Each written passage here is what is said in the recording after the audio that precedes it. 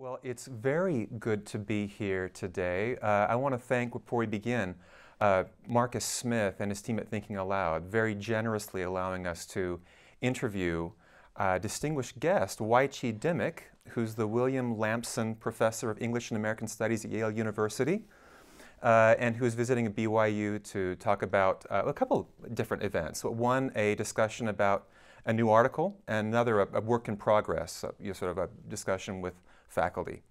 We could talk a lot about your background. You come from Hong Kong, isn't that right? And one story that would be interesting to get to would be just how you get from Hong Kong to being a professor of American literature at Yale. Very briefly, what is the trajectory that gets you from point A to point B? Okay, so I started out as a teenager going to public libraries a lot. The apartments in Hong Kong were and are tiny. So in the summer, the best place to go would be library. So I was really bookish. And it occurred to me that it would be good to go to a place where there would be a lot of books. You know, the public library in Hong Kong was good, but it was small. So, you know, I thought about applying, and I did apply, and I got into Harvard with a big fellowship, which was scholarship, which was quite necessary. And from there, you know, it was just one thing after another. You know, I mean, after college, it seemed kind of reasonable to apply to graduate school, and then I applied for jobs. Yeah. So it wasn't very well planned out at the outset, but I was extremely lucky. But I think that I was also lucky in the sense that various people were reaching out to me at various points. You know, there were teachers. You know, my teachers were crucial in encouraging me to apply to begin with, and writing recommendations for me. College teachers who encouraged me to go on. So I guess from the very beginning, I got the sense that for some students, encouragement from teachers was absolutely crucial. And this is really what I hope to do as well as reaching out to people who might not have thought of, you know, trying to try out for this kind of professional life, also to reach out to those people.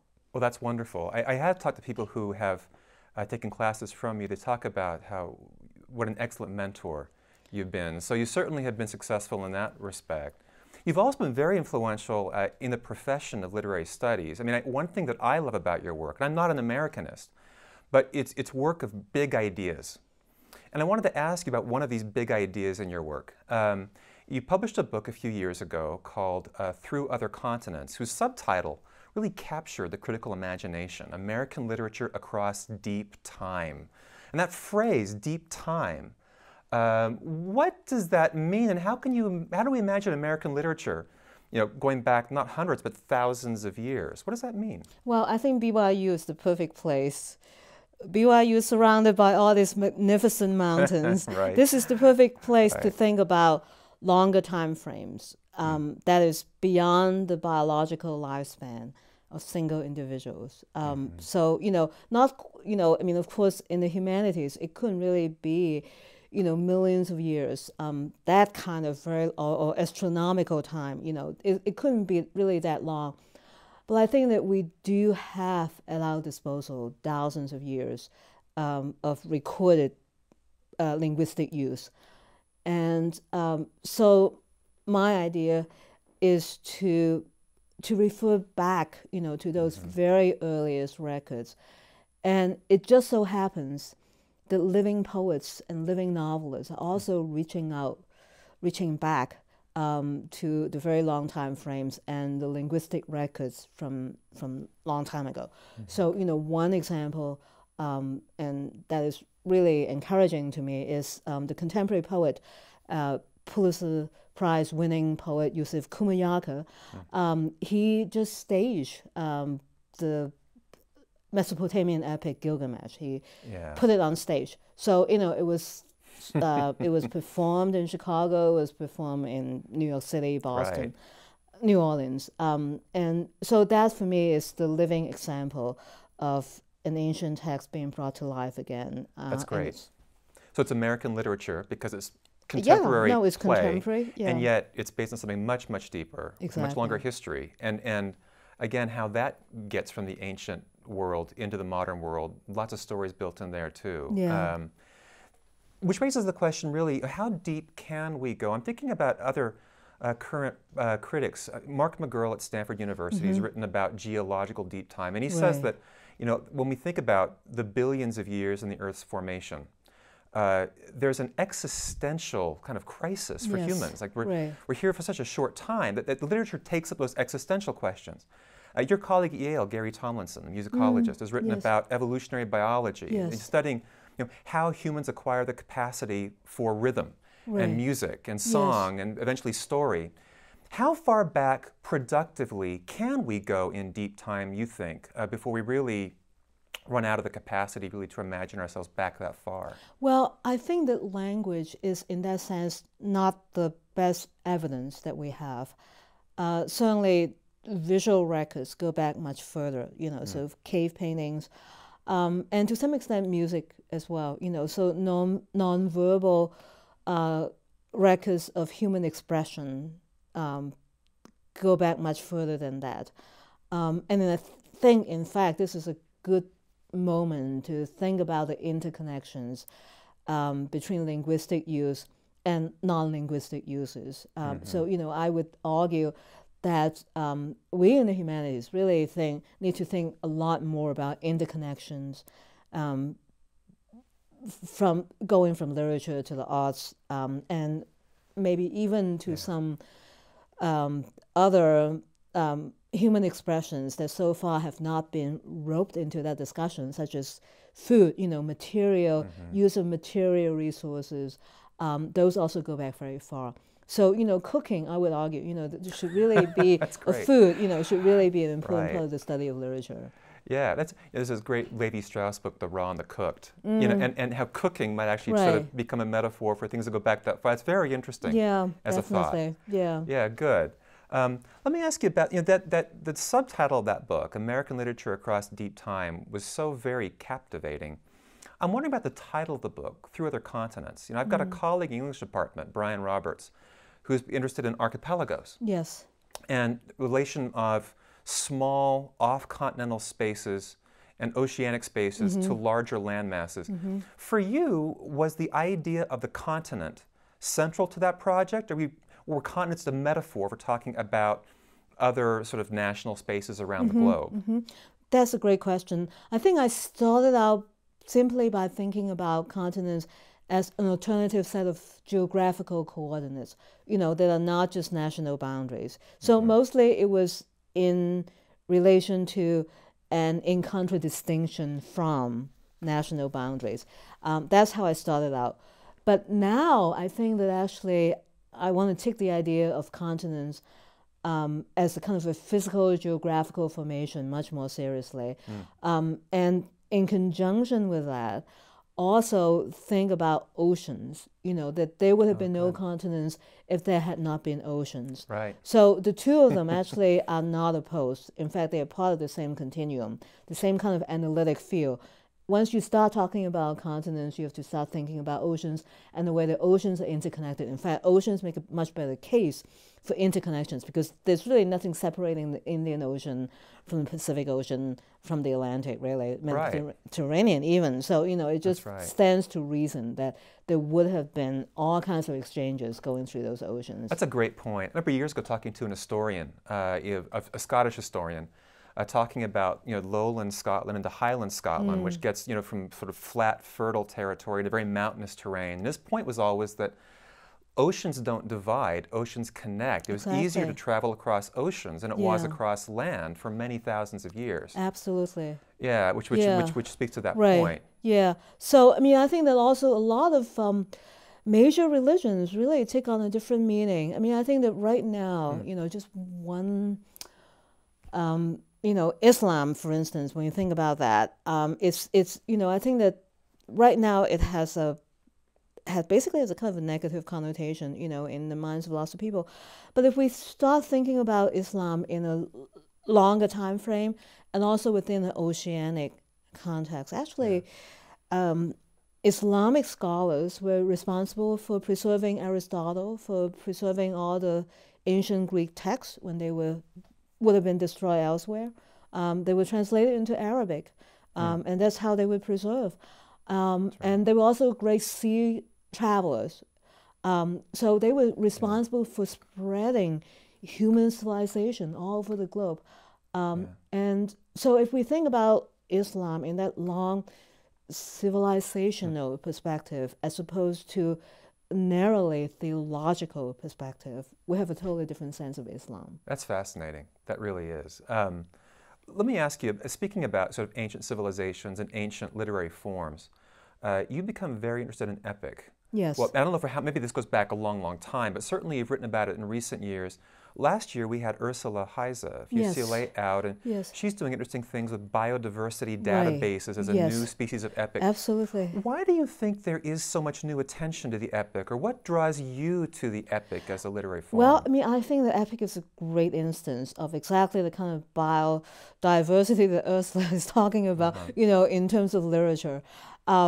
My idea of epic is actually just any kind of long-running story that gets told over and over again with multiple variants. So my conception of epic is that, you know, if we think about the Homeric epics, you know, they were recited by all those people, each with his or her own, probably just his own version, going from village to village, you know, so every single recitation would be different. So from day one, there were multiple variants.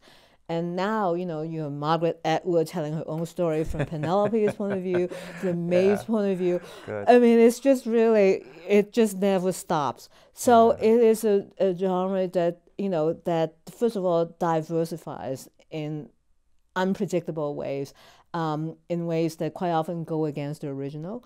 And my idea is that they also diversify in a kind of downward direction, that is, they get more and more popular. So, you know, when we have Homer, the Homeric epic, becoming part of a TV series such as Star Trek, you know, that's, for me, it's a high point. It's a low point for some people. It's a high point for me. Right, good. Excellent. One of the things I've read that you've sort of said about epic is that it really is an absorptive medium. It picks up all kinds of various forms and works them through, and it's very eclectic. And I'm wondering about your work. You know, you trace things back over time and across, you know, sort of multiple regions of the globe. And oftentimes today, projects like that are big digital humanities projects, right? That kind of amass large amounts of data. They look for patterns. Do you find that your work, whether or not it actually does digital things, is informed by these kinds of trends of thinking? Do you find that you draw upon those other kinds of hot topics in the humanities or the arts that informs how you think about traditional genres like epic? Yes, I do. I mean, I think Facebook actually has had significant impact. Great. On the way I teach and also the way I think about literature. And I've had the Facebook, I have two actually, but one is quite large. It's over 4,000 people. It's a closed group, but it's over 4,000, in fact, almost fully 500 members. And so it's basically self-sustaining at this point. You know, I just post maybe just once a week, and other people post all the time. But when it was first starting out, it was much smaller. I used to be quite anxious about making sure that there would be something there, right? So I would be posting all the time, and I just had to post something. I just had to write much faster, and I think that actually in turn led me to think of myself as possibly writing in a somewhat different manner from my academic writing. And so now I actually write movie reviews for the LA Review of Books. That's fantastic. So, I mean, there's definitely is a kind of time pressure for that, you know. You can write months after the movie has come out. I mean, ideally you write when the movie is still running, you know, so that people will go and see it. And they're pretty good about publishing it fairly rapidly. The turnover time is very fast. So I started out just doing that for the Great Gatsby. I've taught a course on Fitzgerald, so it's no big deal. It's part of a panel of scholars writing on the Great Gatsby. But once I did that, I realized that I really wanted to write about movies. So, I think I'll keep on doing that. And so there's a totally different genre writing, popular, and I just know that a lot more people are going to be reading those movie reviews than anything else I've done. Oh, yeah, so absolutely. It changes my rhythm of work quite a bit. And in terms of MOOCs, actually that has had tremendous impact. MOOCs, M-O-O-C, massive open online courses. Yeah, quite the discussion topic today in universities. Yes. So I've taught a course called an Open Yale course that is not a MOOC. Some people call it a kind of a precursor to the MOOC. I prefer to think of it as a much looser kind of thing. There are no exams there, certainly they're not credit-bearing. They were funded also by a nonprofit foundation, the Hewlett Foundation. And now they've sort of stopped funding that, so there are no more new Open Yale courses. But the old, existing Open Yale courses are just free for people to go and, if you've read a novel by Faulkner, Fitzgerald in my case, or Hemingway, and you just want to hear just one lecture, you go and hear that one lecture, that's it. There's nothing else. And I think that's a much better model based on interest of the listeners or viewers, just to get the one thing that they want, as opposed to a course that people are supposed to sign up for, and take the entire course. That doesn't really work out all that well, because all the news that's been coming out about the MOOCs is that the attrition rate is extremely high. Very few people actually finish the course. Right. So by that measure, MOOCs are not a success. But if courses are to be designed to spur interest on the part of viewers or listeners, and just to sustain that interest and broaden that interest, then that would be a somewhat different goal. And I think that online education should also have a kind of a local component. So actually I've used some of the online features that's been developed by things like such as Coursera. Coursera is actually quite innovative in terms of thinking about new teaching strategies. So one thing that they use is peer comments or peer grading, right? Which I've used now in my regular teaching. So for instance, in my freshman seminar, students have to write an outline for the paper that they want to write. If they're planning to write a paper, they have to write an outline first. The outline gets read by two people, myself and one other student in the class, and both the outline and the comments are posted online for everyone in the class to look at. So, if you go to my freshman, it's on the website. If you go to that freshman seminar, you'll see 50-some outlines and responses there. You know. And then I post the sample papers, not all the papers from that batch, but just 3. And if people who bother to check the relation between, I also gave them some prompts to begin with, to check the relation between the prompts and the final papers that get posted, they'll see that in fact there's no relation. The best papers were papers, or what I find the most interesting papers, I wouldn't say they're the best, but the most interesting papers were by people who looked at the prompts and decided they were going to write about something else. So there's also an element of encouraging them to think on their own. So, that whole process makes them much more independent than they would have been. That's very interesting. These online courses have become quite a subject of discussion amongst academics, in part because people realize with the rising costs of education, it's harder for a larger number of people around the globe to get to universities. Yes.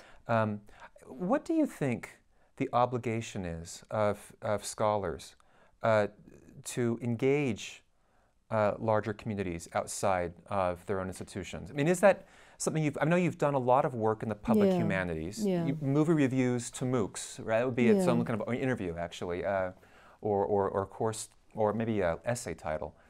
What do you think the obligation is of scholars vis-a-vis communities?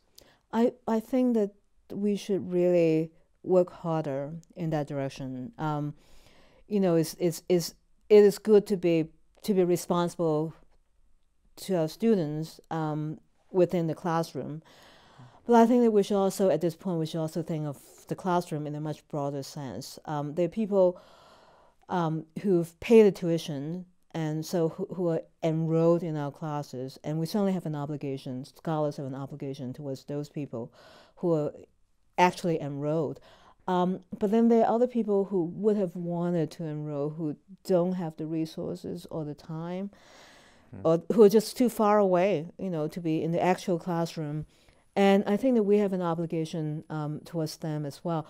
So my teaching strategy now is to put as much as possible online, and so the people who want to could access it. I mean, you know, putting the paper topics and so on, sample papers. Ideally, I hope that we'll be able to put a couple of class sessions, and I especially would want to put my freshman seminars, you know, a couple of sessions of that online, just so that people can see what freshmen look like and how they talk.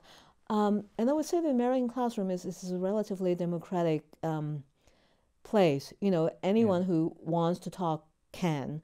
And people are relatively attentive to other people, respectful of other people, responsive to other people. All these are very important virtues. I mean, it's one of the things that we should be proud about, and should have an effect on, or at least be open for anyone who wants to see, to know that such a thing really exists.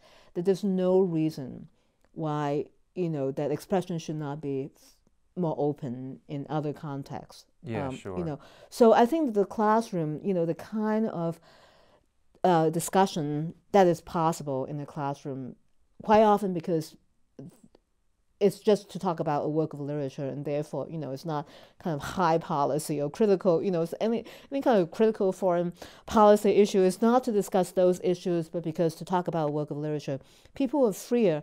But that's a very good model, to my mind, of democratic discussion. Good. Yeah, excellent. You know, we're here right now taping this for the radio. And isn't it true that you were consultant for a series on world literature that aired on PBS? So how did this come about? Well, I mean, it was produced by WGBH, and so they've had a long-standing. And WGBH actually is the TV, you know, and PBS, but they also have an educational foundation, which is they produce videos for nonprofit educational foundations. In this case, it's the Annenberg Foundation that approached them, and they wanted to do a series on world literature. It's mostly for the benefit of community colleges. So, you know, I think that they were distributed for free by the foundation. And meanwhile, because it had been produced, it was also aired on PBS, not on all stations, but I think probably, you know, just in maybe 50 stations or something like that. Just still, that's pretty significant. Yeah, that was pretty significant. Stations. Yeah, it was in Connecticut. It was certainly in Boston, and the idea is that it brings together.